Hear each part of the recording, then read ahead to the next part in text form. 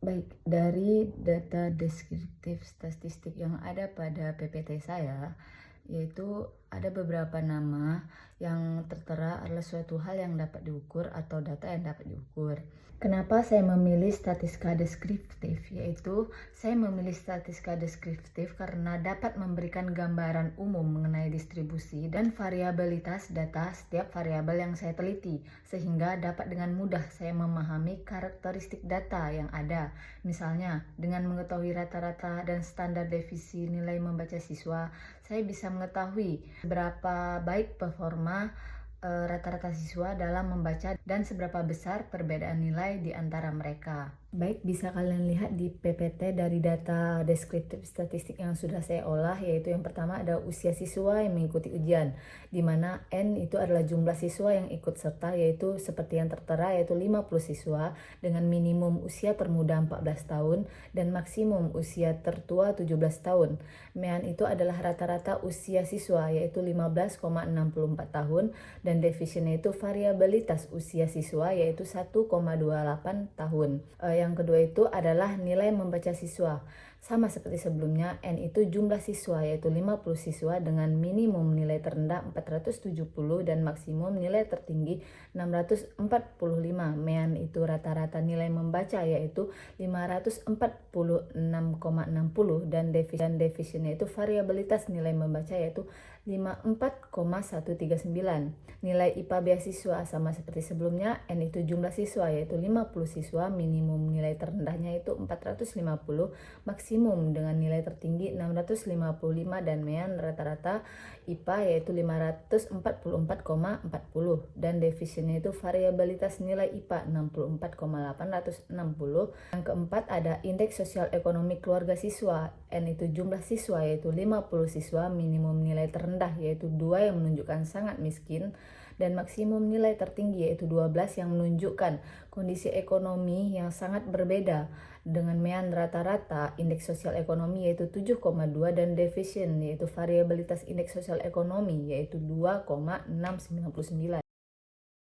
Baik, bisa dilihat di PPT saya yaitu chi-square, di mana nilai chi-square adalah 132.778 dengan 90 derajat kebebasan atau DF, dan nilai signifikansi asimptotik yaitu dua sisi adalah 0,004. Ini menunjukkan bahwa ada hubungan yang signifikan antara dua variabel yang diuji pada tingkat signifikansi yaitu 0,05 karena 0,004 kurang dari 0,05. Lalu yang kedua itu yaitu likelihood ratio, yaitu nilai likelihood ratio adalah 126.205 dengan 93 derajat kebebasan atau DF, dan nilai signifikansi asimptotiknya yaitu dua sisi adalah 0,013. Ini juga menunjukkan hubungan yang signifikan meskipun nilai P-nya sedikit lebih besar dibandingkan dengan Pearson chi-square. Lalu yang ketiga itu ada N of valid cases, yaitu jumlah kasus yang valid adalah 50.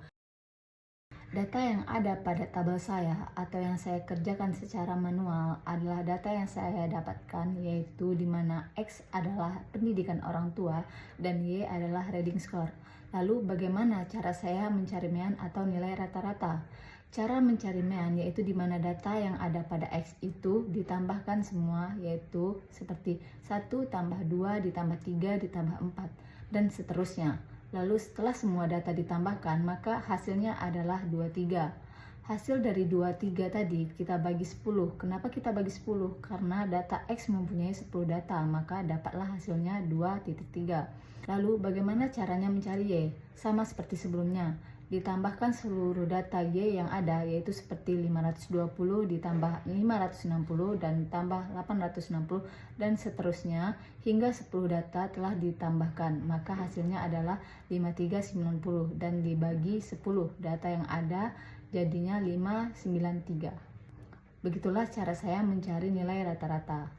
Lalu yang kedua, bagaimana cara saya mencari X kuadrat dan Y kuadrat? Yaitu caranya data X dikuadratkan, seperti 1 dikali 1 sama dengan 1, 2 dikali 2 sama dengan 4, 3 dikali 3 sama dengan 9, dan seterusnya. Setelah semua sudah dikuadratkan, semua data yang ada ditambahkan, yaitu 1 tambah 4 tambah 9 dan seterusnya. Dapatlah 65. Lalu 65 ini dibagi dengan 10 data yang ada, jadi 6,5. Begitu juga dengan saya mencari Y kuadrat, di mana Y dikuadratkan, lalu setelah semua data dikuadratkan, lalu ditambahkan. Setelah semua ditambahkan, maka dibagi dengan 10, karena datanya ada 10. Maka setelah dibagi, dapatlah saya hasil 2933500, seperti yang ada pada tabel saya. Lalu selanjutnya, bagaimana cara saya mencari XY, yaitu di mana X dikali dengan Y, setelah dikali dengan 10 data yang ada, maka ketemulah XY, dan seperti sebelumnya ditambahkan dengan 10 data yang ada. Lalu selanjutnya, bagaimana cara saya mencari hasilnya dengan rumus correlation yang ada pada tabel saya sebelumnya, yaitu S XY dikurang sigma X dan sigma Y, yaitu di mana XY adalah 12150 dan sigma X adalah 23 dan sigma Y adalah 5390. Lalu N itu adalah 10 data yang ada, yaitu di mana 23 dikali 5390 lalu dibagi 10, hasilnya 12397. Lalu 12150 dikurang 12397, maka hasilnya adalah min 247. Lalu SXX, yaitu sigma X kuadrat adalah 65 dikurang sigma dikuadratkan, dan N itu adalah 10 data yang ada, yaitu 65 dikurang 23 kuadrat per 10, yaitu 65 dikurang 52/9, yang dimana 52/9 itu adalah hasil dari 23 dikuadratkan, lalu hasilnya 12,1. Lalu ada SYY, yaitu sigma Y kuadrat dikurang sigma Y yang dikuadratkan dan dibagi N, yaitu 10 data yang ada. Sigma Y adalah 293.350 dikurang 5390 kuadrat per N, yaitu di mana 5390 dikuadratkan dan hasilnya yaitu 2.905.210.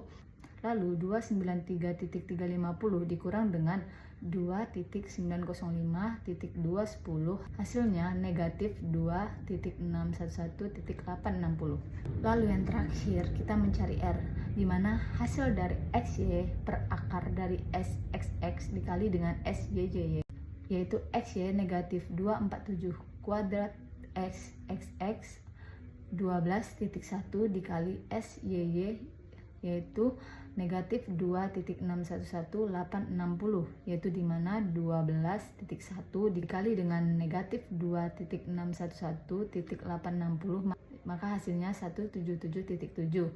Lalu negatif 247 per 177.7, hasilnya yaitu 1.389.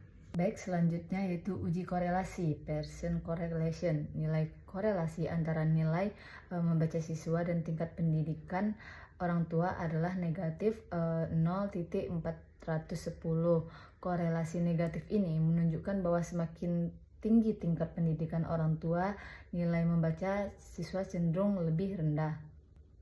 Lalu yang kedua itu ada signifikansi, yaitu nilai signifikansinya adalah 0,03, yang berarti hubungan tersebut signifikan pada tingkat 0.01, yang dimana artinya kemungkinan bahwa hubungan ini terjadi secara kebetulan sangat kecil, kurang dari 1%. Lalu yang N itu ada jumlah sampel, yaitu untuk kedua variabelnya itu adalah 50. Jadi saya menyimpulkan bahwa secara keseluruhan hasil ini menunjukkan adanya hubungan negatif yang signifikan antara tingkat pendidikan orang tua dan nilai membaca siswa.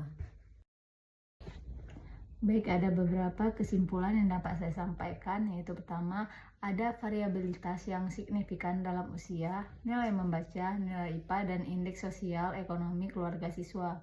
Lalu yang kedua, terdapat hubungan yang signifikan antara beberapa variabel yang diuji dengan menggunakan uji chi-square. Lalu yang ketiga, ada korelasi negatif yang signifikan antara nilai membaca siswa yang tingkat pendidikan orang tua.